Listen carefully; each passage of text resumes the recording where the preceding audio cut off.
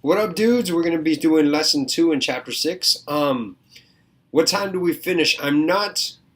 I technically am allowed to go to 12:30 today, but I'll tell you what. Why don't I say you'll be finished by 12:30? But then if I finish early, then that will be like a good thing. You know what I mean? Like it will be a surprise if I finish early, and I plan on finishing early. It's just if I say like 12 o'clock or something like that, then you guys are gonna hold it over my head, and if I go a little bit over, then you guys are gonna be all upset at me and everything. So I'm gonna say 12:30, but there is a chance, not a guarantee, but a chance that I'll finish early for your sake because someone's head is killing them. Does that sound fair? All right. I honestly think I'll probably be finished by about 12. But don't hold me to that. Because if I go over, don't be all like, it's 12 o'clock, I gotta go. Where did you go? Well, technically, class is supposed to last till 12:30, so we'll be all right. All right, we're covering the theory of evolution by natural selection. We're going to talk about this dude named Charlie Darwin. I call him Chucky D. Yeah, we're tight like that. Chuck D. Um, Professor X, Professor Charles Darwin, whatever. Yeah. Um. So, how many birds species can you name? Well, we got robins, penguins, ostriches, hawks, chickens, finches. A lot, right? There's a lot of different things, and scientists think that there's about 10,000 species of birds that live on Earth. Although, of course, for some reason they don't know because we're always discovering new species and all of that kind of stuff. So, but there are things that each of these birds have in common. Like, for example, all of these things, even if a penguin and a chicken don't necessarily fly, like ducks and robins and hawks and sparrows do, they all have wings and they all have feathers and they all have beaks, even though, you know, they're used for different things. For example, the duck uses its beak mainly to catch fish, whereas the vulture uses, or the hawk uses, its beak to rip out the skulls of your enemies, or the eyeballs of the skulls from the skulls of your enemies, whatever. All right, that's kind of gross. I'm sorry. But basically, we're saying, oh, wow, Mr. Daldy, he went there. I hope you guys are having fun with lecture. I hope that like lecture isn't just like me reading to you, but really us having a discussion as to how things work. Or am I too over the top? If I'm too over the top, I can always tone it back. All right, all right. I'm just making sure, you know. All right, okay. I try to keep things interesting. So this leads scientists, or some scientists, I should say, to believe that birds evolved from an earlier ancestral population of bird-like organisms from basically the same organism, and then they all branched out like a big bush of different kinds of birds. But they all have retained their same bird characteristics. Now, the dude who kind of first came up with this, and I can't say he was the first guy to come up with this, but he was definitely one of the first guys to have this theory and then support it with evidence, was this naturalist named Charles Darwin, or Chucky D, as our class likes to call him. Okay, all right. Actually, Ciara, I was talking to somebody yesterday who was, yeah, let's call Charles Darwin Chuck D from now on. I just think that that's, we're cool like that. All right. Um, so I was actually just talking yesterday to a parent and a student who also didn't believe in evolution. And you know what? Here's what I have to say about that. And I know I gave a disclaimer like this at the beginning of last week, I think it was. But basically, I'm presenting this to you. Whether or not you believe it, that's completely up to you. You do have to take a test on the ideas of it. And I think that if you are not someone who believes in evolution, that's pretty cool. What you can do is you'll definitely want to know it better so that way you can if you have a discussion or you have an argument or if you're having a debate, you'll want to know the other side's points. Does that make sense? So like if I'm a evolutionist and I'm discussing things, like creationism with you, I would want to know about creationism. Whereas if you're a creationist, you believe that God created things and whatnot, then you'll want to know about evolution, at least so that way you can defend your creationism better. So I'm not going to shove this down your throat and say, you have to, this is the truth, and everybody who doesn't believe this is idiots. I actually don't believe that at all. But what I am going to do is I'm going to say, hey, we're going to go through this curriculum and we're going to read this and learn about this and learn the history of it, because this is what some people believe.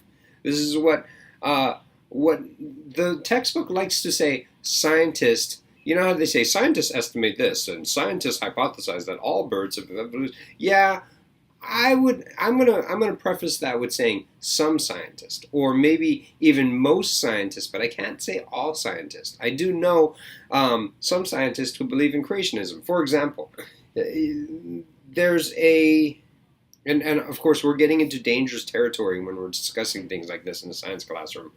But there's a scientist. He created this thing called an MRI. Have you guys ever heard of an MRI? It's a machine in a hospital. Yeah. It basically is a machine that is like the super X-ray machine that basically looks inside of your body while it's still living and all of that kind of stuff. And it actually made extreme advances in science and all of that kind of stuff. It's pretty amazing. The MRI, it saves lives every day. Saves lives.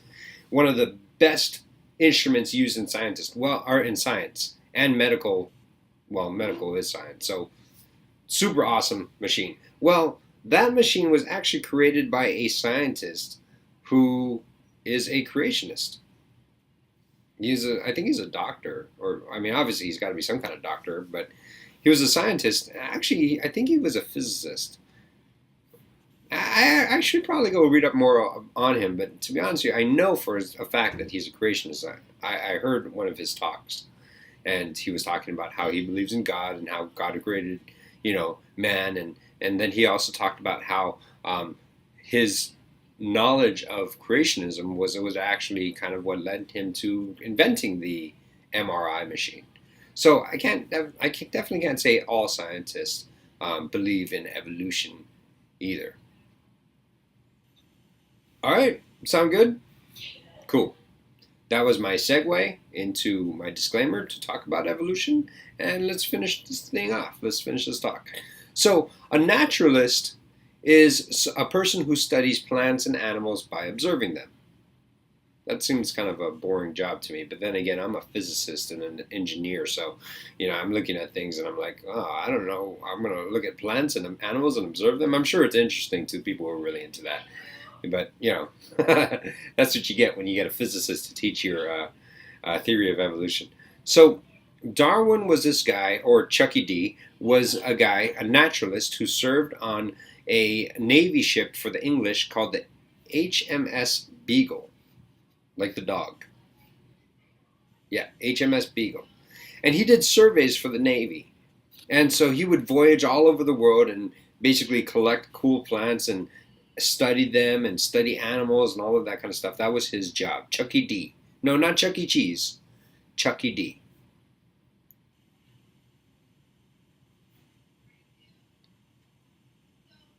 Yeah. I have a funny story about Chuck E. Cheese, by the way. Like, I with Charles Darwin, I'm kind of doing a joke on him where I'm saying, like, abbreviating his name to be very informal. Well, with Chuck E. Cheese, I actually say, well, let's go over to Charles Edwards Cheddar place. And the reason why I say Charles Edward Cheddar is because if I say Chuck E. Cheese, my kids freak out. And they're like, oh my gosh, I really want to go to Chuck E. Cheese. But they have no idea what Charles E. Cheddar is. So, anyway, I basically, I did the opposite to Chuck E. Cheese. But we're not talking about Chuck E. Cheese, we're talking about Chucky D, Charles Darwin. So, what he did was he was particularly interested in the Galapagos Islands. Now, Where are the Galapagos Islands? To be honest with you, I'm terrible at geography. Let's look. Galapagos Islands. Let's see. Google Maps.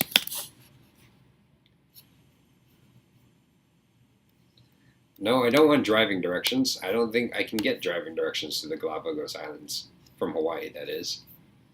Actually, I don't think you can get driving directions from anywhere to the Galapagos Islands, unless, of course, you're Galapagos Islands in Ecuador. Galapagos Islands. Zooming out. Oh! It's basically between us and South America. There's the Galapagos Islands. Isn't Easter Island somewhere close by? Oh, well, I'm not. It's in that Easter Island's in the same kind of area anyway. So Chucky D was hanging out in this place right here, the Galapagos Islands, and notice how there's a bunch of different islands. And what he noticed, which we thought was very interesting, extremely interesting, like create your own theory level of interesting, is he noticed that all the turtles on the islands looked different.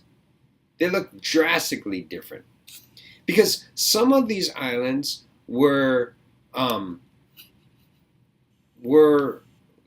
islands were different from each other. One was drier than the other. For example, like Lanai is way drier than Oahu, or Kauai is super wet compared to everywhere else, and Oahu's kind of in the middle, right? So you guys know the Hawaiian Islands, and each island is very different from each other. Well, the tortoises on the islands look different from each other. And the reason being is, well, at least the way what Chucky D came up with, is that he said, well, what happened is there is some kind of cool. What happened is there is some kind of ancestral tortoise that got blown over from South America and maybe got caught in the tides or something like that and landed on the different islands. And then its offspring got stuck on each of these different islands somehow. Okay? And through the process of natural selections over millions of years, he said, these tortoises all came from the same, great grandmother, or super great grandmother, whatever, ancestral grandmother. But through natural selection, these tortoises all ended up looking different and actually developing to totally different species. Well, not totally different species, and that kind of I can kind of dig that. For example, actually we'll talk about that later. But let's see. Not only did he think about the tortoises, but he also looked at the mockingbirds and the finches. He looked at the birds and the tortoises and all of this kind of stuff. Charles Darwin, there's a book that he wrote called On the Origin of Species, and you probably have heard of that before. Have you? I'm just curious. Have you heard of the book On the Origin of Species? A lot of people who believe in Charles Darwin, not necessarily, I believe that Charles Darwin existed, but I'm just saying, a lot of people who are naturalists and big proponents of this evolution is really reference that book On the Origin of Species. Charles Darwin actually wrote that book 20 years after his stint on the Galapagos Islands. And what he did this whole time, during those 20 years, was he basically collected a bunch of data. So what he did was he was convinced that that all of these different tortoise species were related. And what happened was, and we talked about how through the reproduction of sex cells, you have variations amongst families, amongst individual things, right? Individuals within that species. And those variations, don't say that, okay, all right. Through the process of meiosis with the reproduction cells, they have variations. And we talked about how the DNA is what kind of causes or motivates that variations. And so here's a picture of some snails. And even though these snails are all the same species, you can obviously see that's, there's differences. They're not exact clones. If they were exact clones, they would all look exactly the same, but they're not, right? We don't have a clone army of snails. What we have is an army of snails that were created through reproduction, the methods of meiosis and whatnot. Man, you guys are really limiting from not being able to say the S word, but okay, I'll give it a try. So, and we talked about what the advantage of that type of reproduction is it creates all of those variations. Now, those variations are really important because that we talked about. Do you guys remember how we talked about how you guys remember how we talked about when a disease comes in and maybe attacks a specific chromosome that might wipe out an entire population that is cloned, but it won't really wipe out, or maybe it might wipe out, but it won't devastate, completely decimate a population that is reproduced with a male and a female because of these variations. That's the big advantage with that type of reproduction.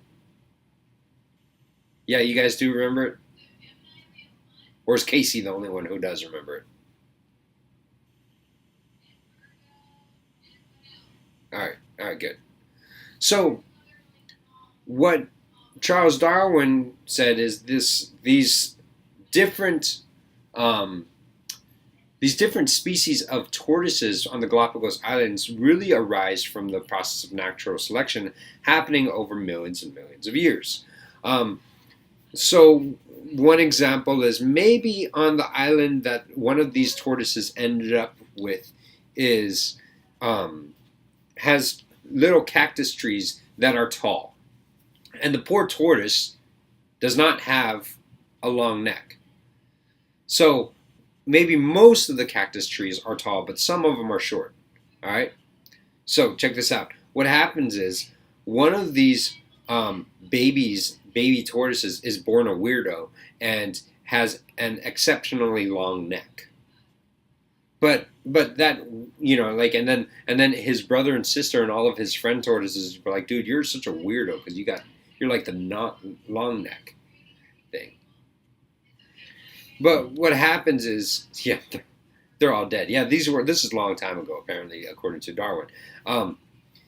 The baby tortoise is like, well, yeah, all right, fine, I've got a long neck, but when I grow up, I'm going to eat the fruit off the top of the branches and the big advantage for this long-necked turtle was that he was able to eat more food because there were too many short-necked turtles trying to eat the low-hanging fruit, right? And so these guys die off quicker. This guy lives longer, and he passes on his long neck gene because he can reproduce more because he lives longer. That's the big advantage here.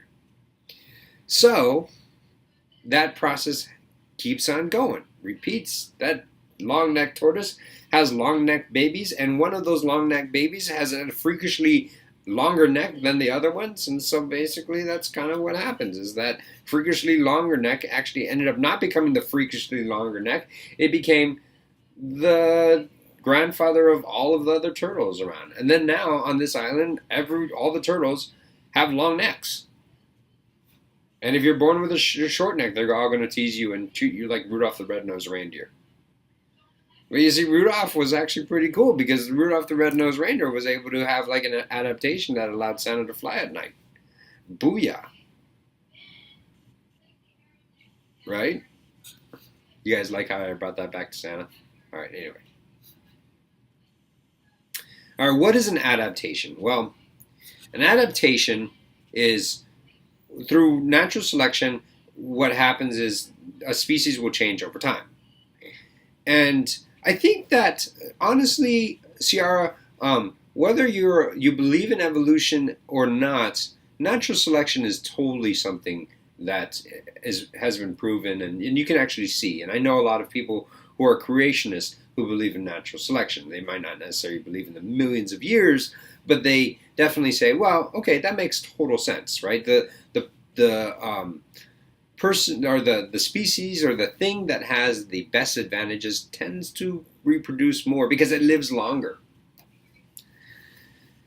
So an adaptation is basically the result of those small changes from natural selection.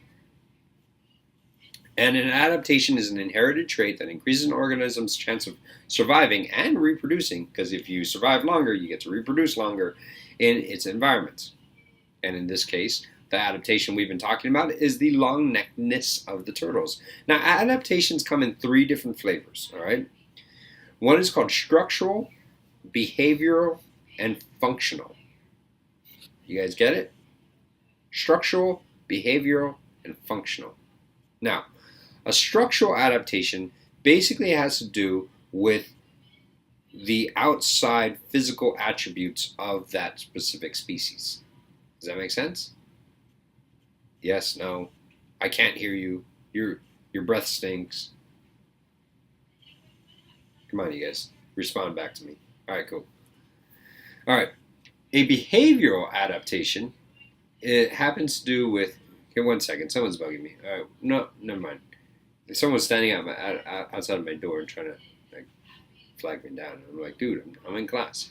All right. A behavioral adaptation is basically has to do with how that species acts. And like, for example, some species only hunt at night. You know what I mean? And that would be a behavioral thing. Right. Eric likes to hunt at night. He likes to hunt for McDonald's at night. You don't hunt. Sorry, Eric. Well, I guess suppose if you do hunt, you probably would hunt at night. But I'm just saying. All right. Well, behavioral adaptation is basically, it's changes in your behavior to maybe give you an advantage. For example, some species hunt at night, and that's actually really good because, they're like stealthy mode creatures. Does that make sense? All right. And then the last one is a functional adaptation, and it has to do with like the internal functions or the biochemistry of that species. For example, all right, here, let's look at the jackrabbit. All right, the jackrabbit has structural adaptations. It's got super powerful legs. I'm sure that you've owned a bunny in Hawaii at some point in your life, or maybe you haven't, but you know people who own a bunny. They don't look like this. The bunnies don't look like this because they don't have jackrabbits. But if they have a jackrabbit, then that thing has super powerful back legs. Why? So it can run really fast.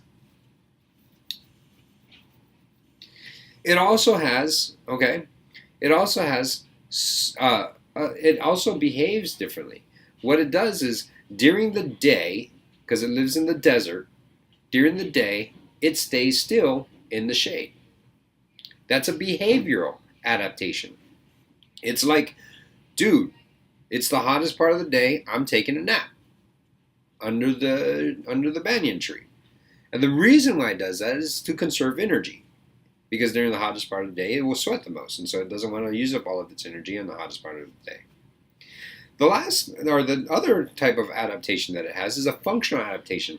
The blood vessels in its ears, when it runs, its ears expand like that, and the blood vessels expand so that the blood can go out into the ears, get cooled down, and then recirculate back into its body.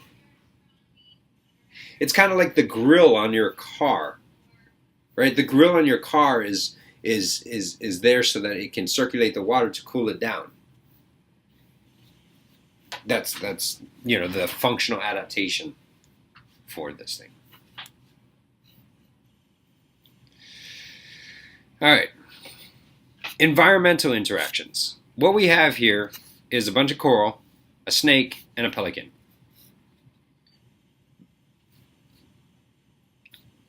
Actually, we don't have a bunch of coral, a snake, and a pelican. We have a seahorse, a caterpillar, and a pelican. Yeah, pelican's real. There's a seahorse in this picture right here. And This is actually a caterpillar. It's not a snake. One type of adaptation that a lot of species has is camouflage. It can disappear in its environment. It can blend into its environment. And the reason for that is because it can hide really easy so that way it doesn't get eaten. For example, the seahorse now looks like the coral that it lives amongst. For this one's called mimicry. This is a type of adaptation that happens. And it's where one species will pretend to look like another species. For example, this caterpillar looks like a snake.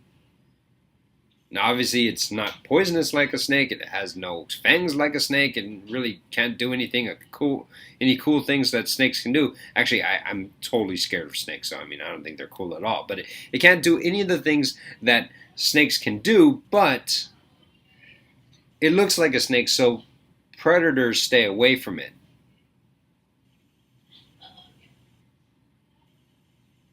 Oh gosh, that sounds horrifying. I have like a unreasonable fear of snakes. I suppose that maybe my unreasonable fear of snakes is because I've always lived in Hawaii, so I don't really see snakes that often. Although I have seen them when I lived up in California when I was going to school up there. I don't know. I don't know what it is, but they frighten me. Wow, that's crazy. One bit your arm and you moved to Hawaii? Ooh, ooh, ooh. Just sends shivers up my spine. All right, here's another adaptation. The pelican has like a breadbasket as its lower jaw. And that's pretty cool because it's actually specifically made for its ability to catch fish, its food source.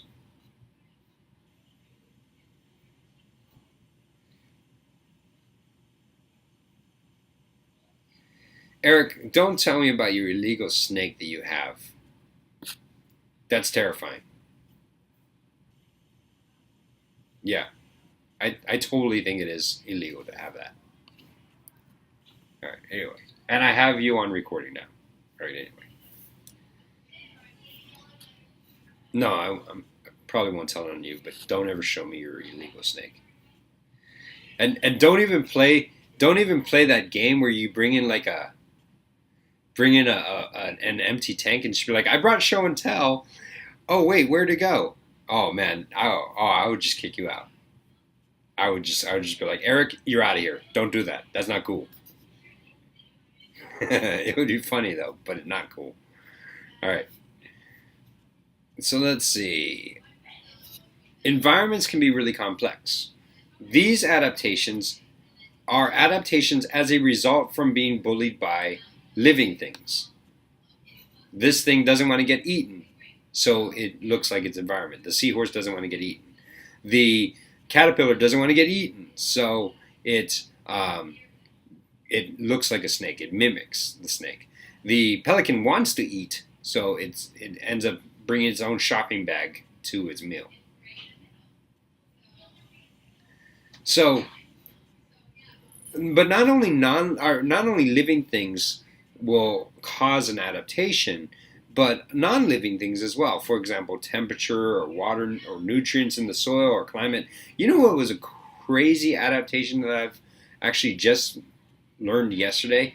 And crazy enough, I learned it from this show called Octonauts that my little 3-year-old watches. I don't know if you've ever heard of it. Octonauts. Anyway, you know the swordfish, like the or not the mahi, but the marlin, the swordfish? Their eyes actually radiate energy.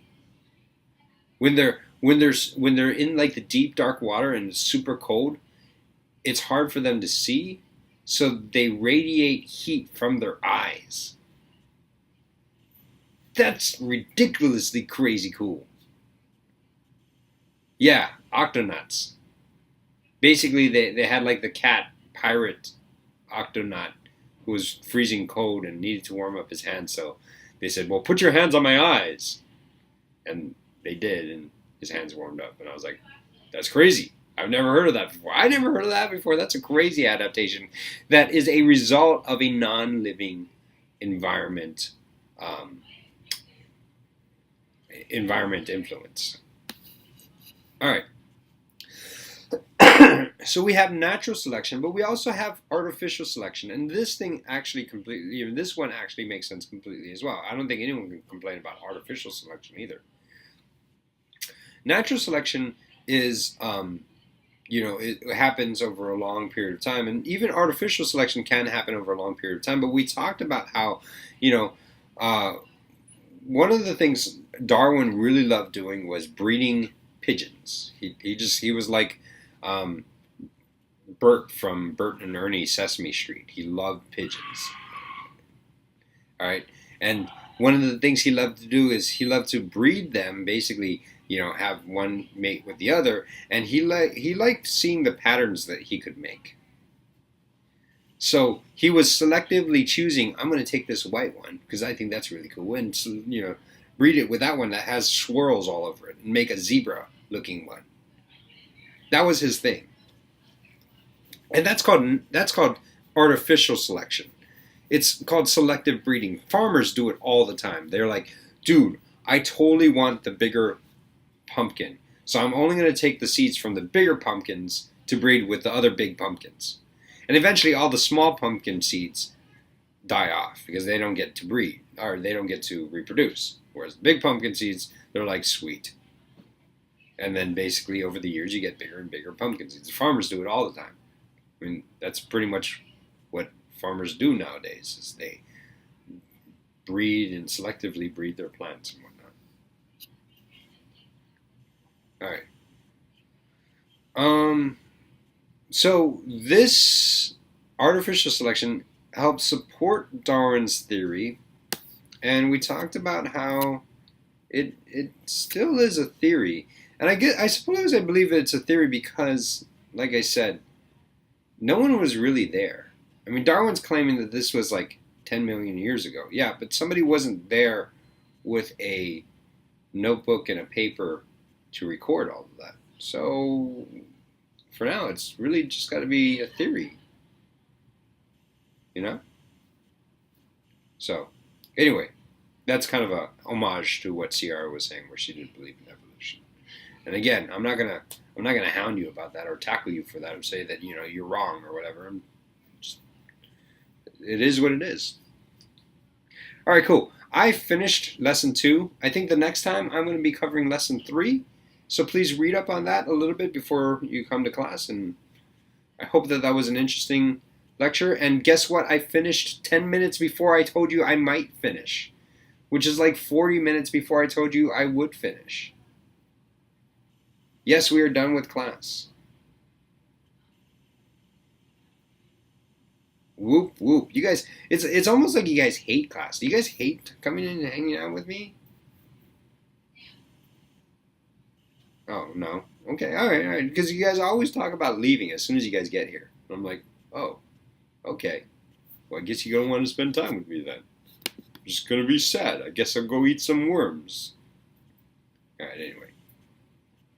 All right, tomorrow, yes, there is Science Olympiad. We're totally doing it. We have basically 2 weeks to work on what we have to do to present. So we're hardcore working on it. Please come in tomorrow between 1 and 3. If you can make it, that'd be great. If you can't make it, well, you can't make it. It's not a part of your grade, or you're not going to get docked anything, so don't worry about it. Don't freak out. Can you come early? You cannot come early. I won't be here. I'm going to be in a meeting until 1 o'clock. All right? All right. I'll talk to you later. Okay, bye.